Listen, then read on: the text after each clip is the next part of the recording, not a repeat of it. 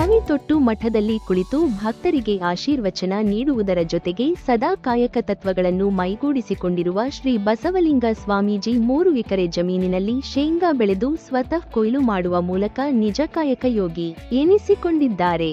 ಮೊಳಕಾಲ್ಮೂರು ತಾಲೂಕಿನ ಸಿದ್ದಯ್ಯನಕೋಟೆ ವಿಜಯ ಮಹಾಂತೇಶ್ವರ ಶಾಖಾ ಮಠದ ಶ್ರೀ ಬಸವಲಿಂಗ ಸ್ವಾಮೀಜಿ ಶೇಂಗಾ ಕೃಷಿ ಮಾಡಿದ್ದಾರೆ. ಈಗ ಶೇಂಗಾ ಬೆಳೆ ಕೈಗೆ ಬಂದಿದ್ದು ಕೊಯ್ಲು ಮಾಡಲು ಮುಂದಾಗಿದ್ದಾರೆ.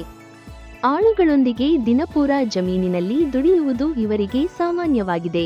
3 ಎಕರೆ ಜಮೀನನ್ನು ದಾನವಾಗಿ ಪಡೆದಿರುವ ಜಮೀನಿನಲ್ಲಿ ಮಳೆಯಾಶ್ರಿತ ಶೇಂಗಾ ಬಿತ್ತನೆ ಮಾಡಿದ್ದಾರೆ. ತಾವೇ ಕಳೆ ಕಿತ್ತು ಕೃಷಿ ಕೆಲಸ ನಿರ್ವಹಿಸಿದ್ದರು. ಈಗ ಕೈಗೆ ಬಂದ ಫಸಲನ್ನು ಕೊಯ್ಲು ಮಾಡುತ್ತಿದ್ದಾರೆ. 14,000 ರೂಪಾಯಿಗೆ ಬೀಜ ಖರೀದಿಸಿದ್ದರು. ಗೊಬ್ಬರ, ಎಡೆ ಹೊಡೆಯುವುದು, ಕಳೆ ಕೀಳುವುದು ಸೇರಿ 40,000 ರೂಪಾಯಿ ಖರ್ಚು ಆಗಿದ್ದು 10 ಕ್ವಿಂಟಲ್ ಶೇಂಗಾ ಕೈಗೆ ಸಿಗಬಹುದೆನ್ನುವ ನಿರೀಕ್ಷೆ ಇವರಿಗಿದೆ. ಕೃಷಿಯನ್ನೇ ಮೈಗೂಡಿಸಿಕೊಂಡಿರುವ ಇವರು ಶ್ರಮಜೀವಿಯಾಗಿದ್ದು ಬಯಲು ಸೀಮೆಯ ನಿಜ ಕಾಯಕಯೋಗಿ ಎನಿಸಿಕೊಂಡಿದ್ದಾರೆ. 2.5 ಎಕರೆ ಶೇಂಗಾ ಹಾಕಿದ್ದೀವಿ. ಬೀಜ ಎಷ್ಟು ಹಾಕಿದ್ರಿ? ಬೀಜ ಕ್ವಿಂಟಲ್ ಹಾಕಿವ್ರಿ. 1 ಕ್ವಿಂಟಲ್ ಶೇಂಗಾ ಬೀಜ ಬಿತ್ತಿದ್ದೇವೆ. ಸ್ವಲ್ಪ ಇಳುವರಿ ಚೆನ್ನಾಗಿ ಬಂದದ.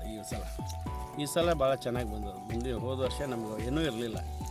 ನಾನು ರೈತರಿಗೆ ಭಾಳ ಹೋದ ಸಲನೇ ಹೇಳಿದೆ ಶೇಂಗಾ ತೆಗೆಯುವಾಗ ರೈತರ ಜೀವನ ಭಾಳ ಕಷ್ಟ ಆಗಿದೆ, ಸರ್ಕಾರದಿಂದ ಸ್ವಲ್ಪ ಅನುಕೂಲ ಮಾಡಬೇಕು ಅಂತೇಳಿ ನಾನು ಹೋದ ಸಲನೂ ಹೇಳಿದ್ದೆ. ಈ ಸಲನೂ ಹೇಳ್ತಾ ಇದ್ದೀನಿ. ಏನು ಅಂತಂದರೆ ರೈತರಿಗೆ ಕೃಷಿಗೆ ಮಾಡ್ತಕ್ಕಂಥವ್ರಿಗೆ ಪ್ರೋತ್ಸಾಹ ಕೊಡ್ತಕ್ಕಂಥ ಕಾರ್ಯ ಆಗಬೇಕಾಗಿದೆ ಅಷ್ಟೇ. ಯಾಕಂದ್ರೆ ನಾವು ಸ್ವಾಮಿಗಳಂತಂದರೆ ಭಾಳ ಚೆನ್ನಾಗಿರ್ತಾರೋ, ಅವ್ರಿಗೆಲ್ಲ ವ್ಯವಸ್ಥೆ ಇರ್ತೈತೆ, ಭಾಳ ಸಮೃದ್ಧಿಯಾಗಿರ್ತಾರೋ ಅಂತಾರೆ. ಆದರೆ ನಾನು ಸಮೃದ್ಧಿ ಬಯಸಲ್ಲ. ನಾನು ಏನು ಅಂತಂದರೆ ಎಲ್ಲರ ಜೊತೆಗೆ ಬದುಕ್ತಕ್ಕಂಥ ಕಾರ್ಯ ನಮ್ಮದಾಗಿದೆ. ಕಾಯಕ ಮಾಡಿ ಜೀವನ ಮಾಡ್ತಕ್ಕಂಥ ಒಂದು ನಮ್ಮದು ಸಮೃದ್ಧಿ ಆಗಿದೆ.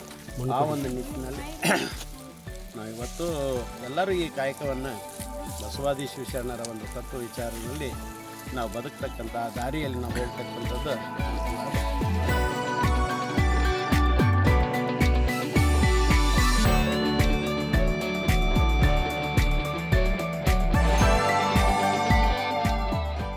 Rudresh media network Kannada, Molakalmuru.